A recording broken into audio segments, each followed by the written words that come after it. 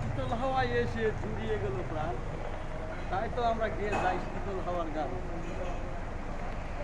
শীতল হাওয়ায় আসবেন সবাই, লাগবে অনেক মজা। শীতল হাওয়া সত্যি